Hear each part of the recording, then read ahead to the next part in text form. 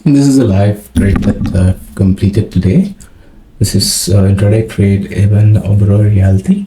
First of all, getting into the details of why I selected this stock.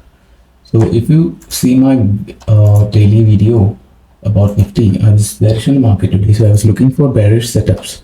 So here is one guy who has made a spinning top at resistance level over here. So as long as it doesn't cross 1797.6, that is yesterday's high, this stock I expected it to be bearish with bearish undertones. Now let's see what happened in live market. So I wanted market to settle, so I did not jump in, I waited. So this is the first candle that we had, which confirmed my analysis that it is going to be a bearish day for this stock. So as you can see, this is the 1797 line, right? So as long as it doesn't go above this, I knew it was going to be bearish. So I took a short position on the break of this inside bar.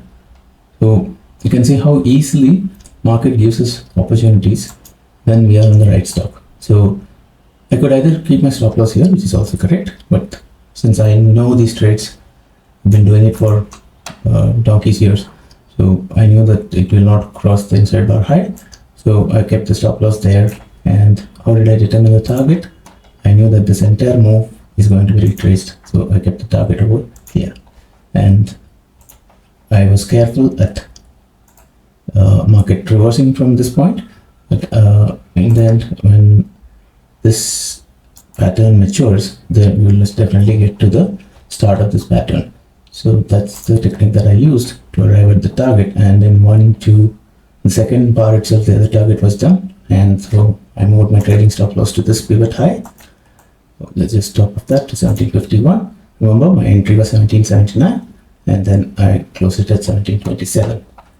Took the trade in cash market, and it's closed now. Thank you very much. I hope this was a good candlesticks learning for you.